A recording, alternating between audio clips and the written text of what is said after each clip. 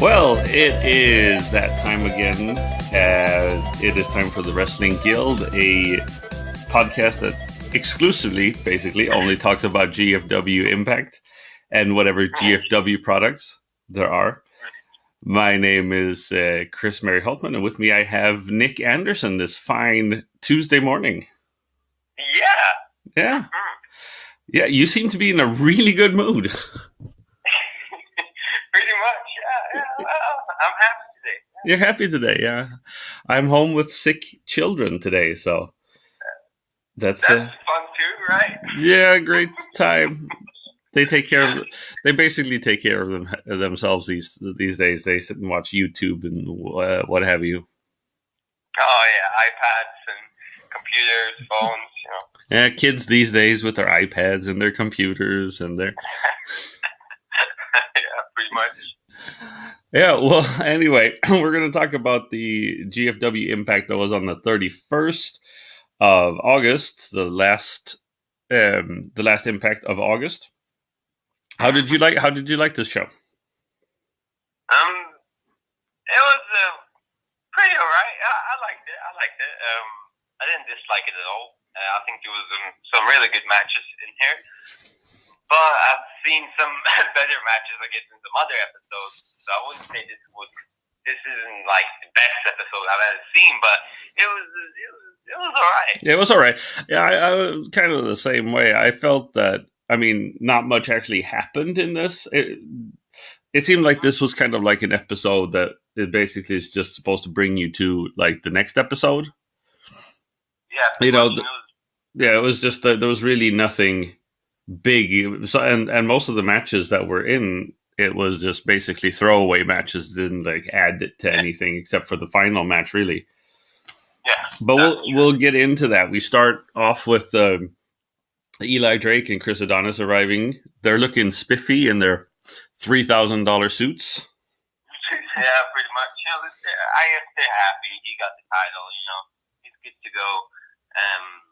So I understand them. And then you have Bobby coming in with the American sports team? Top team. And they can't act like adults, so they start bitching at each other, like a couple of kids. So there's that. Yeah, I'm kind of wondering because Scott D'Amore and welcomes them, and then Jeff Jarrett and Earl Hebner come in and they get into it and stuff like that. And Dan Lambert, the leader of America's Top Team, says that Jeff Jarrett can shove his olive branch up his ass.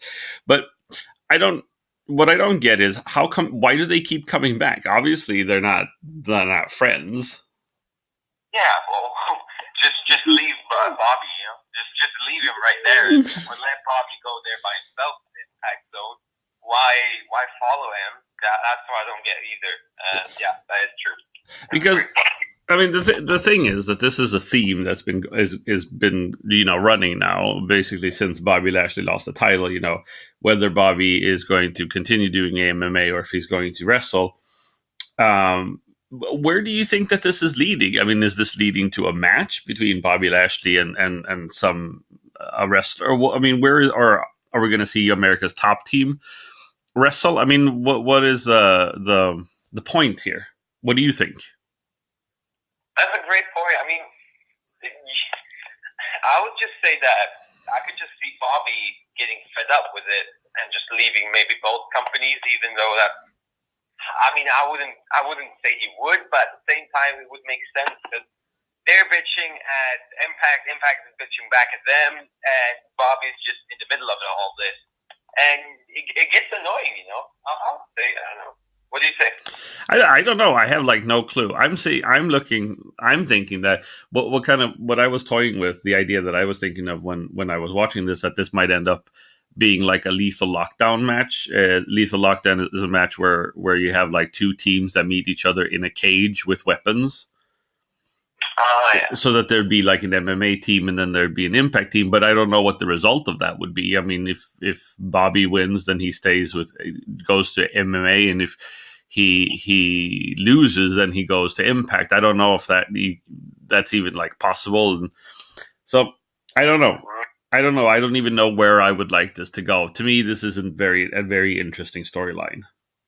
No, me either. I mean, I think it was cool in maybe the first episode we saw them bitching at each other, but now it's been going on for quite a lot, a couple of episodes, and it just gets boring because the only thing they do is just to bitch at each other, that's all, and it maybe breaks out to a fight or whatnot, but that's pretty much it, we never can go forward in the storyline. No, exactly. I agree with you there.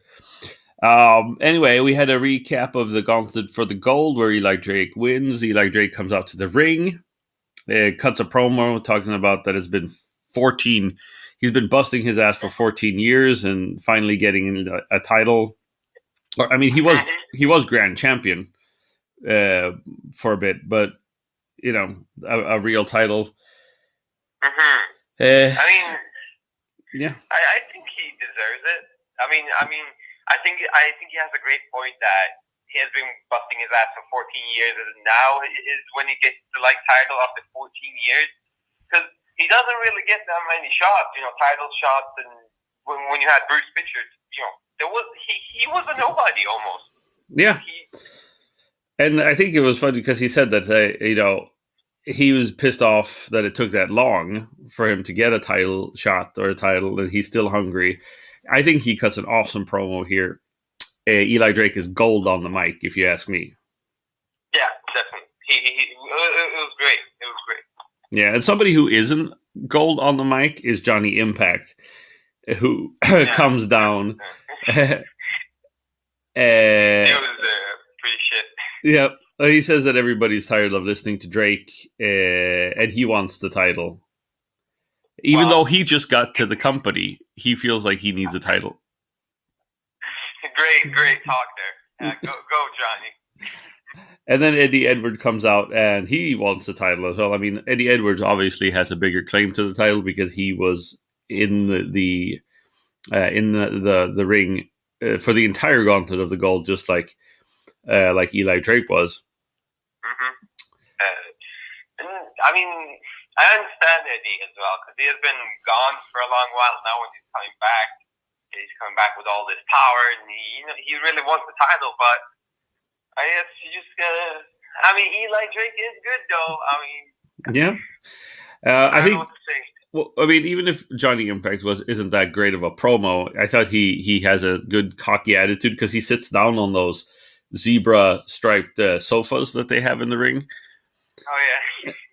And Eddie Edwards says he basically outranks Johnny Impact, and Impact says he'll take on anyone. And then Cornette comes out and says that there's going to be a tag team match between Adonis, Drake, and Impact and Edwards.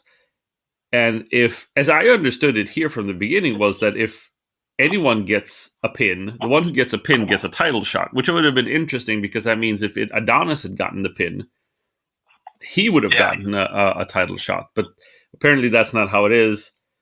If Adonis and Drake get the pin, then Johnny Impact and Eddie Edwards don't have a claim to the title. Yeah, that's how it was, right? Yeah. And then if Impact or Edwards pin any of the other ones, they get a title shot. Yeah. Mm-hmm. And that's what's set for the evening. And I thought we'll get to that later, but I think they gave this tag team match the time it deserved. I thought they did a good job. That's true. Yeah, I agree with you. Yeah. Then we go backstage. Allie talks to Taryn Terrell. Yeah, she asks why you're so mean against Gail him, and gets fucked. Taryn attacks Allie, and that's basically it. She beats her up. Out of nowhere. I guess she's so evil, so yeah, that's how it rolls, you know. That's how evil people do it. Yeah. And then we have the first match of the evening, which is OVE versus Mario Bokara and Falaba. So basically a bigger kind of challenge, they said, for OVE.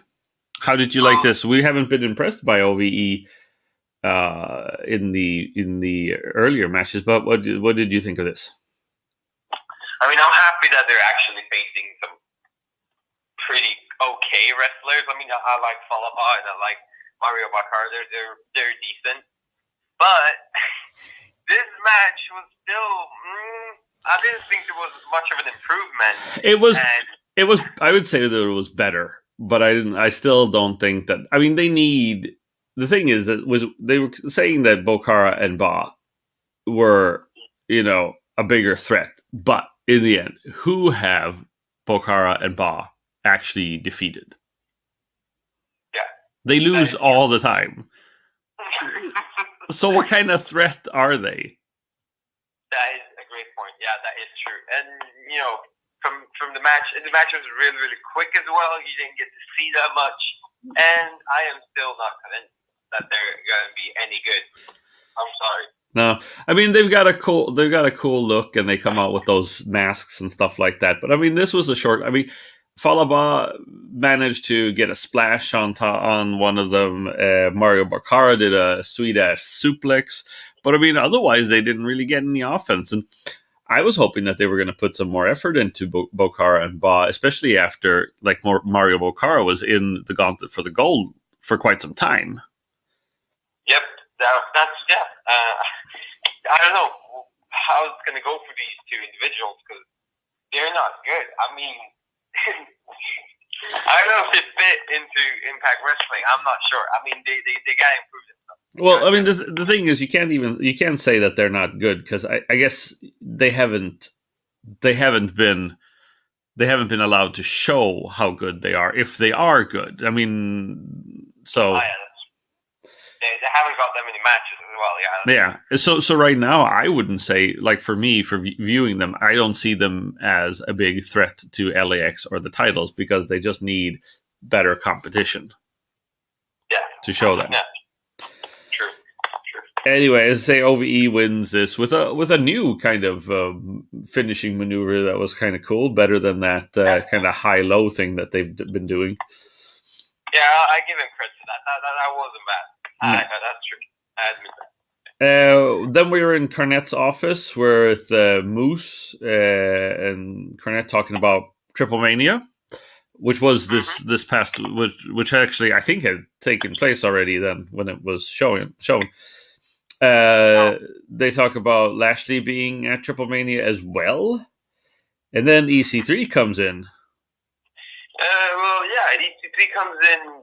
Bitches at Cornette why he's not in, and Cornette just answers that he's very busy, and EC3 doesn't really know why he's busy. He's not even sure. Yeah, and then Cornette says that he is going to face Fantasma Jr. instead, which is next week, as I understood it. Mm-hmm. But he's not really busy. I'm not really understanding what Cornette is trying to say. Why is he actually not in? Well, he was saying that EC3 is busy because he's going to fight Fantasma Jr. next week, so he has to prepare for that. That's why he's busy. More like all right. And then Moose just gets in his face. And and we need, was funny. Yeah, and we need to get a shout out to Moose. I guess I just saw this morning that I guess his father passed away. So. Our condolences to Moose. Yeah. On that news. Anyway, we go to the next match, which is Caleb Conley versus Petey Williams. Your first time seeing Petey Williams in the ring. Caleb Conley sporting some new gear, looking more like Trevor Lee. True. They're good friends. Trevor Lee, Caleb Conley, and Andrew Everett. They're all from like North Carolina, so they all like kind of came up together. Yeah, because like you said, they're really good friends. You could kind of see that. They go with each other to the ring, cuddle a bit. I don't know if they cuddle, but they're like best friends. How did you like this match? How did you like the Petey Williams Caleb Conley match?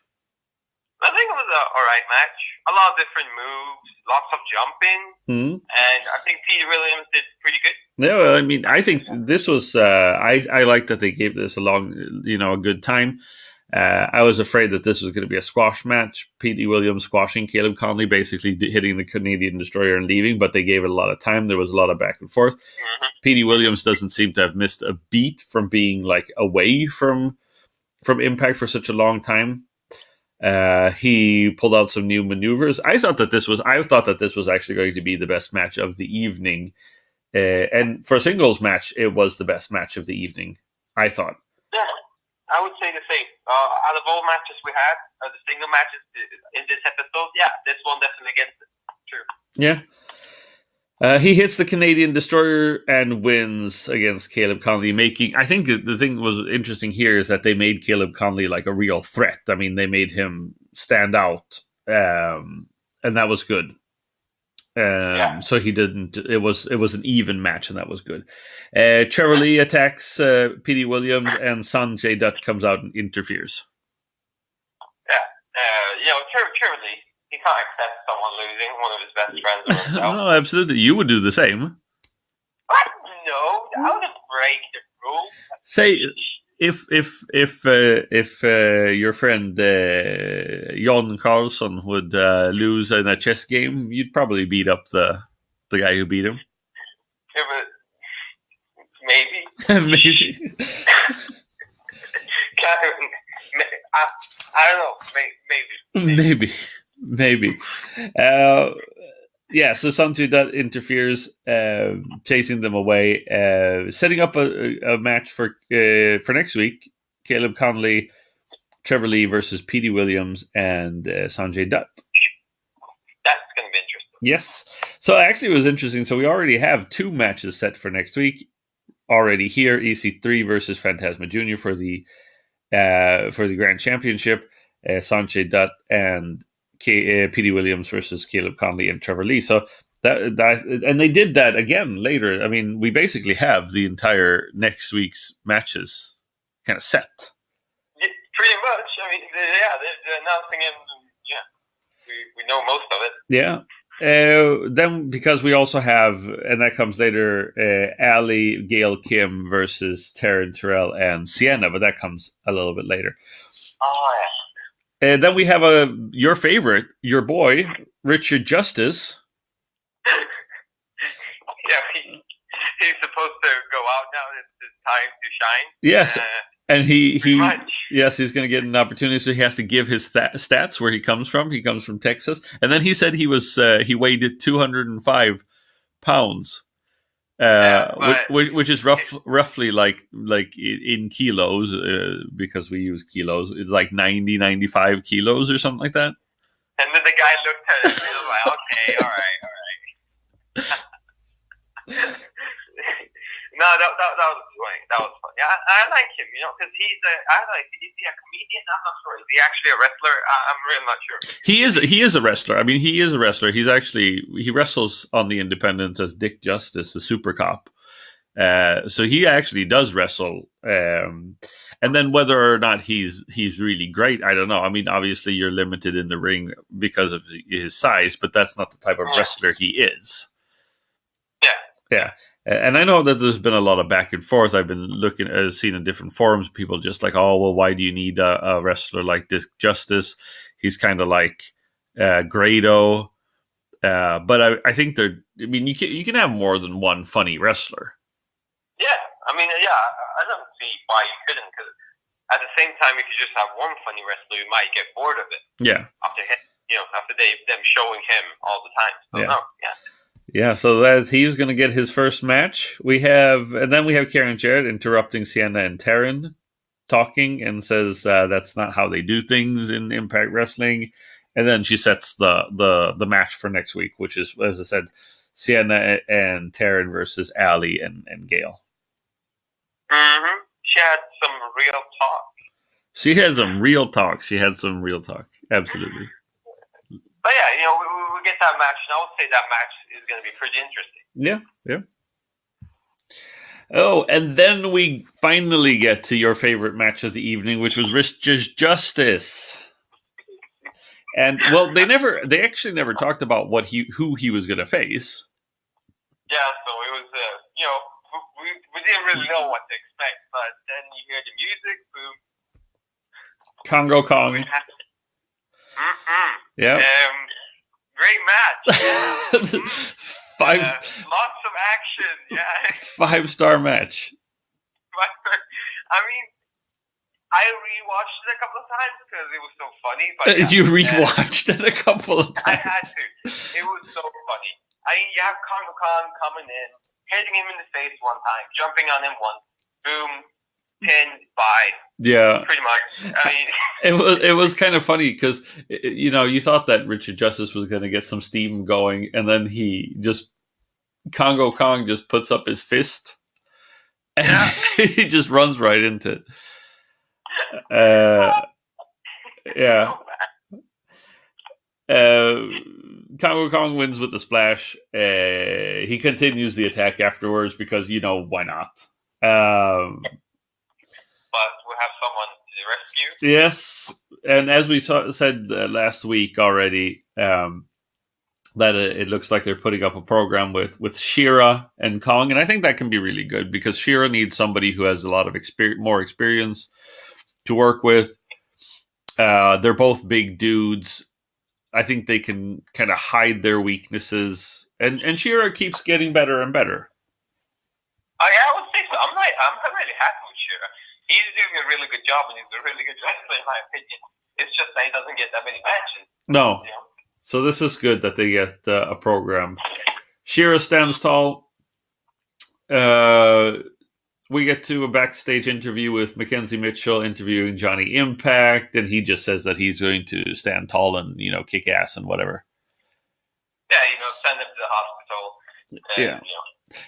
He talks about something about Slam Town. I guess that's his. I don't know very much about John Morrison or I mean, I watched him. I really haven't watched him in the WWE at all because he was there at a time when I didn't watch the WWE at all. Oh, okay. And I catch it sporadically now. But I saw him in Lucha Underground, and I'm not really sure he used the term Slam Town. But they instead use during his match, they say the Thursday Night Delight as a name for Johnny Impact, and I thought that sounded actually a little bit better. Yeah, that is a great point. I wasn't aware of that. Yeah. Mm-hmm. Oh, yeah. We have a short little segment with LAX in the clubhouse, and Conan just says he wants Storm taken out. And Loki says he's going to do that. We haven't actually seen LAX that much. I mean, wrestling that much lately. No. Last time we saw them was with Alberta, right? Something like that. Yeah, probably, yeah. So that's pretty much it. They died. Pretty much. We haven't seen them that much, but I guess they're going to make a comeback too. Yeah, hopefully they'll be back. Then we have James Storm versus Low Key. There was really no point to this match. This is one of those things that there was no point to this match. I mean, really, the Caleb Conley match versus Petey Williams, there wasn't really a point to, except for that they're going to continue the program with Trevor Lee, Caleb Conley, and Petey Williams and Sanjay Dutt. The Richard Justice versus Congo Kong match didn't really have a point apart from furthering the storyline between Shira and Kong. And this one didn't really have much of a point either. Yeah, that's true. Storm and Low Key. I mean, it's not going to be a story in between these two individuals anyway. So No, and I mean it was a good match. I thought it was a really good match. They gave this also a very good, length. Uh, I was unsure where they were going to go. Who was going to? I thought it was, they couldn't really beat Low Key because Low Key Yeah. they were kind of pushing him. Now he's not with the Yeah. company anymore, so that's that push was kind of like for nothing. They can't Yeah. they No. can't beat James Storm because he just came back from a concussion. True. True. So they solved that by LAX interfering. They hit Storm with the belt, and Low Key wins with a Warrior's Way. Typical LAX conflict fair in that. Yeah. That's that. What I thought was going to happen was I thought they were going to bring back the DCC here. Oh. I thought that they were going to continue beating Storm, and then the DCC, Kingston and Brown were going to come out, and then they would start a program between them, and that would have been good because it'd be basically 3-on-3. That would have been a great. That would have been a great. I mean, that would have worked definitely. But at the same time, I mean, they're not really friends. The guys in the DCC or what's left of it and the store. No, they're not. They're not friends. But you could bring them back because usually those kind of things are what brings people together. Sure. Yeah. We were backstage with Ali and Braxton. They were talking about the attack from Taryn. Garza Jr.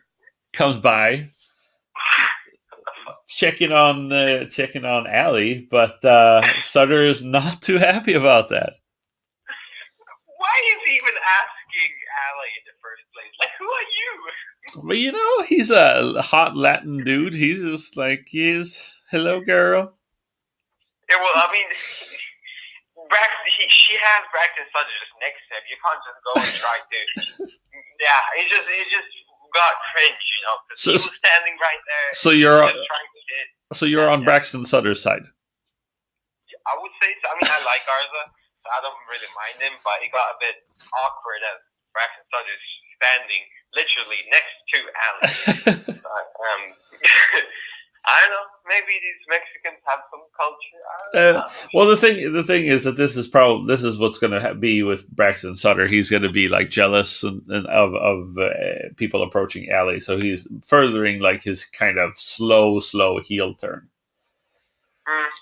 True. Then we have Cornette talking about Lambert and America's top team, just saying like they can't come in and do this and do that. Kid. Yes. Then we have Grado, Joseph Park, and Laurel Van Ness. They're talking about their plans. Park is checking off the list. There were some plot twists in this that I didn't really understand, actually. I don't know. They were checking the list, and Park was asking about Van Ness's family. Yeah. And she gives an answer that he really doesn't want to hear. Yeah. Well, the thing is that there were a couple of funny things here because he was talking about like his family from Sheboygan, Wisconsin, which is or Sheboygan, which is actually not in Wisconsin, but anyway, they were talking about different things, the priests and doves and stuff like that, and all the all the Leroy Van Ness family was coming in. They were coming, and the thing was that one thing that I thought was funny. Grado said that they were going to have somebody to blow the bagpipes. Oh yeah. And then Joseph Park said, I don't know about that. Maybe during the bachelor party, which I thought was funny because obviously we're talking about oral sex. Yeah. And I thought that was really hilarious. That was. But Laurel Van Ness says that she's from Victoria. And Park says Victoria, Wisconsin, and she says no, from Victoria, Canada. And that's the problem. Because he can't. How is Grado going to be an American citizen if he marries somebody from Canada? That was okay. Well, then I understood it because I was about to say she says Canada, which means she has a membership or she has Canadian citizenship. Yeah. Which that would be a major issue. Yeah, very major issue. So I don't know what's gonna happen now with Grado. Yeah, we'll see. Then we actually have two vignettes. One from a wrestler called Pagano, a little Rosemary-esque. And then from Taya Valkyrie, who we will see next week already. Yeah, that's going to be interesting. Yeah. I'm looking forward. You're looking forward to that. Bobby Lashley talks a little bit about wrestling and MMA. We don't really get much of a, we don't get much information about that. And then we have the main event, Eli Drake and Chris Adonis versus Johnny Impact and Eddie Edwards. If Johnny Impact or Eddie Edwards get the pin, they get a title shot. How did you like this match? I think it was an amazing match. It was long, it was action-filled, and everyone really, really tried their best. Yeah, I thought so. There was a couple of screw-ups, I think, from Johnny Impact. It didn't seem like he was gonna hit like some move off the top rope, but I don't think that. And I think both times he was going to do that kind of flip thing from the top rope where he jumps sideways, but it didn't seem like Drake was in the right position either time. There was miscommunication issues there. There was some technical issues. Yeah. But in the end, Eddie Edwards gets hit with a low blow from Eli Drake, and then Drake hits the gravy train, as they call it. That was not bad. Yeah. So, no title shot for Eddie Edwards or Johnny Impact. This was a good match. I really liked it. I mean, as I said, my favorite match was Conley versus Williams first, up until this match, which I think was really good. And, it's such a difference when you give a match length. True. It's such a big difference, when you see so much more. Yeah. Then we had Lambert and America's Top Team come out, and he just yells at them, saying, "How can you call yourself professional wrestlers?" I didn't understand what that meant. That because they lost, or I don't know. I don't know. They were referring to Bobby and he have Armageddon and whatnot. Yeah. But they come from nowhere and bitches in the Impact Zone. How dare you? Well, Cornette comes out, says that Lambert can leave, and then Cornette says that he's making a match for next week, which is Seidel versus Drake for the World Heavyweight Championship, or the global title. Excited about that? Yes, sir, I am. That's going to be really, really interesting to see who's actually going to win now. Yeah, so we've already got so many things set for next week. We have EC3 defending against Phantasma Jr. We have Petey Williams and Sanjay Dutt versus Caleb Conley and Trevor Lee. We have Ali and Gail Kim versus Taryn and Sienna. We have... did we have anything else? Yeah, well, we have Seidel versus Drake, and Taya Valkyrie was going to show up, and she's probably going to face Ava Story or Amber Nova. Yes, cool. So, what would you? For me, this was kind of like a C show. I would give it a C. The matches were good, but really, in the end, it's nothing that I'll remember that much. The matches were good, but it just didn't further anything. It didn't really make me that excited. I'll give it a C+ just because of the last match. I was really, really happy with that one. It was long. It was action-filled. It had pretty much everything. It had everything. You laughed, you cried, you had a good time. You laughed. Yeah. Well, Nick, that was it for today. It's Impact on Thursday. We might talk on the weekend or something like that for the next episode. You can follow us on Twitter, Facebook, Instagram, all that good stuff. Leave a comment on SoundCloud. I'm going to try to get this up on YouTube. I'm going to work on that today so that you can also follow us on YouTube if you like. Oh, yeah. Yeah. Great. Mm-hmm. Yes, but Nick, it's been great. And it has been great. For Nick Anderson, my name is Chris Mary Hultman, and this has been the Wrestling Guild this week. Bye, though.